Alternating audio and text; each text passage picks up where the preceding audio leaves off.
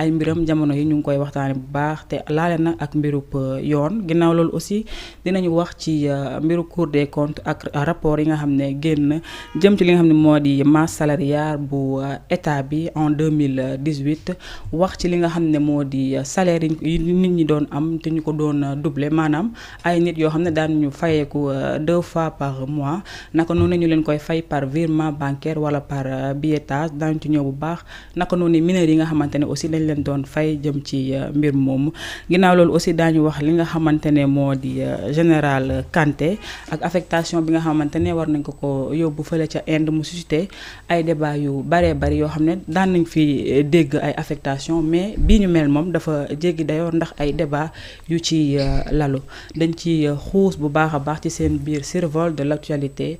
Alors Dado noo gisee actualité judiciaire bi jamono ji mu mel ni affaire yi danse na. Mais vraiment tey émission bi wuyu nu turam quand vous dites survol de l'actualité pratiquement tous les thèmes sont condensés là-dessus. Oui. Donc par rapport à l'actualité judiciaire gis naa ne y a beaucoup de plans par exemple tey ñuy woote dialogue wala assise bi ñu ne nañ xool yan réforme yan xalaat lañ ciy def. Première chose bi may ñaawlu mooy dafa am ñoo xam ne dañu yaakaar ne ñoom ñoo am sañ-sañu nekk ci assise bi keneen amul sañ-sañu nekk ci assise bi loolu problème la. Parce que soo seetloo le cas de Cheikh Bara Ndiaye mu ngi koy ñaawlu bu baax parce que matière de justice ñëpp la concerné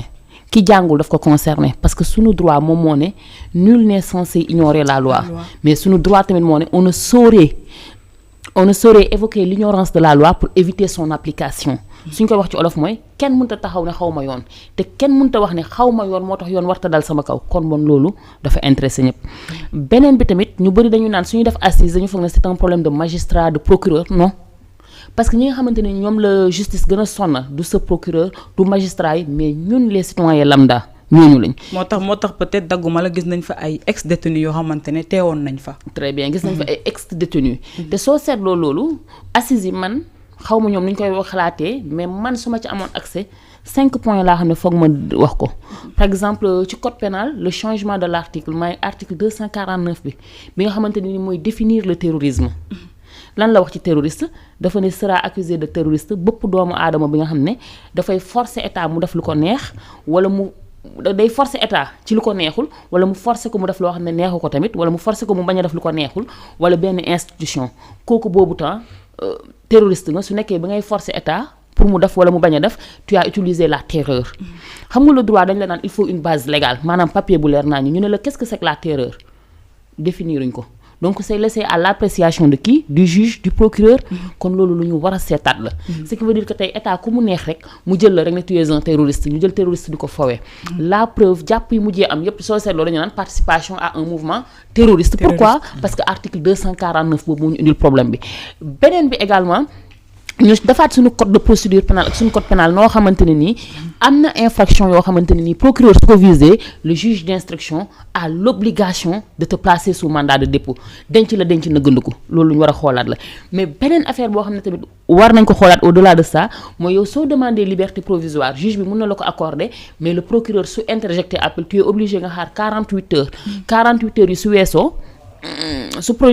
procureur interjecté wul appel ci lañ la koy accorder su interjecté appel duñ la ko accorder mais un pays comme ça comme le Sénégal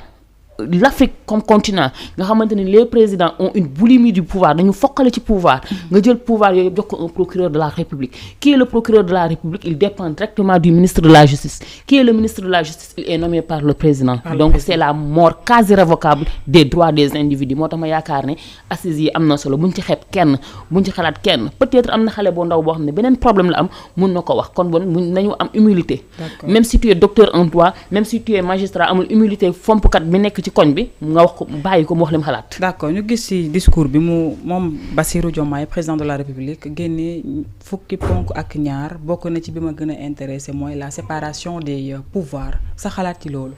xam nga la séparation des pouvoirs en droit on dit ce qui est et ce qui doit être sont souvent différents li nekk ak li war a nekk c'est souvent différent parce que la séparation des pouvoirs soo xoolee Montesquieu moo ko théorisé. Il faut que le pouvoir arrête le pouvoir. Et il y a un autre auteur, Lord Acton, qui disait le pouvoir rend fou, le pouvoir absolu rend absolument fou. Donc ça c'est une vérité boo xamante ni bépp doomu aadama xam nga ko mais nan la ñuy defee séparation des pouvoirs yooyu est-ce que réellement existe na c'est-à-dire que y a rien de plus simple que d'écrire de beaux textes mais c'est leur application qui pose problème. Les hommes capables d'avoir la dignité requise, la conscience requise pour dire j'applique les textes et les lois. Malheureusement tey suñu séparation des pouvoirs cela veut dire quoi? Que le pouvoir législatif reste au pouvoir législatif, le judiciaire pour le judiciaire et l'exécutif pour l'exécutif. Mais qu'est-ce qu'on remarque? On prend le président, il est le chef de parti. Pour la liste des députés, c'est lui qui choisit les personnes qui vont être députés. Mais en choisissant ces personnes-là, nit ñooñu duñu am reconnaissance envers le public, envers le peuple, mais dañu am reconnaissance envers le président et ils vont se dire député APR là, député PASTEF là, député li, alors que vous devez être le député du peuple. Donc ce qui veut dire que de manière très maquillée, il y a la séparation des pouvoirs, mais en réalité si le président veut quelque chose, il appelle sa majorité qui est une majorité mécanique. kon dina jafe trop pour man li ci gën mooy pour qu'on respecte la séparation des pouvoirs ñu xool ban type de député lañ bëgg. ba ñu jël n'importe qui rek def ko ci député. parce que nit am na foo xam ne soo fa tollee da nga mën a toog analyser un texte de loi mais tey ki nga xamante ne ni mënta analyser dara day ñëw di la wax affaire musique affaire fecc affaire lu kenn xamul kooku soo ko fa tegee il vote ce que le président veut. d'accord alors askan bi tam peut-être ñu ngi xaar aussi lu yees jëm ci xar kanamu assemblée nationale bi nga xamante ne moo représenté pencu ndayu réew mi. Très bien parce que soo seetloo pour l'Assemblée nationale je pense que Pastef député yu mu fa teg yëpp gis nañ ne ñu xarañ lañ. gis nañ ne au moins duñ ay waya donc yëf yi ci beneen boor ba la en toute franchise tous les députés de Pastef ku ci jël parole da nga gis ne dina commencer fu leer daaneel fu leer.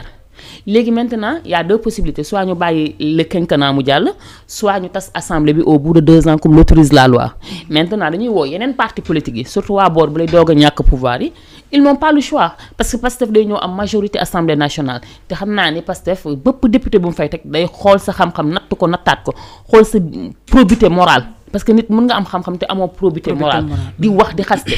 teg ko fa léegi nag APR su leen neexee ñoom ñu indiwaat seen waya yi mais xam naa ne jeex na moom. merci beaucoup alors Ange-Marie ñu ne jëm ci biiru assises yi ba tey laa lay interpeller ñu ne réforme et modernisation selon toi lan la ñu war a moderniser jëm ci mbiru yoon bi ak yoonal bi ba mu jaar yoon. waaw en tout cas man damay rejoindre Daro par rapport li mu doon wax sànq léegi nii ci participation citoyen yi ci assises yi je pense que les citoyens ont plus besoin ñu fekkee assises yi ñu mel parce que boo xoolee fii ci Sénégal la majeure partie ñi am problème ak justice te ñu fay des c'est les citoyens lambda maanaam ñi nga xamante ne ay néew doole lañ politiciens yi fii chaque jour dañu fii juger ay citoyens maanaam ay citoyens ordinaires te ñooñu noonu doo mës a dégg ñu médiatiser seen procès doo mës a dégg ñu médiatiser seen condamnation mais fii juste ñu laal benn politicien wala benn nit boo xamante ne am na daraja wala am na benn dayo rek pour ñu ñëpp journaux yi xëy wala télévision yi ñu takk rajo yi di wax ci moom alors que chaque jour dañuy juger ay citoyens yoo xamante ne ñenn ñi c'est parce que tout simplement xamuñu ne li leen yóbbu foofu noonu loolu infraction la wala yoon da koy tere ñenn ñi c'est parce que tout simplement ils ignorent la loi fii Sénégal fii nii le taux de d'analphabète dafa élevé mën nga tey fekk ci mbir mi kenn koo xamante ne day dox mu def benn infraction alors que moom boo ko interpellé par rapport ak loolu sax boo moytuwul ngeen xeex te xamul ne loolu yoon daf koy tere. donc loolu noonu par exemple benn homme de loi bu ko fekkee ci loolu noonu mu traduire ko devant la justice moom sax bu ñu ko condamné sax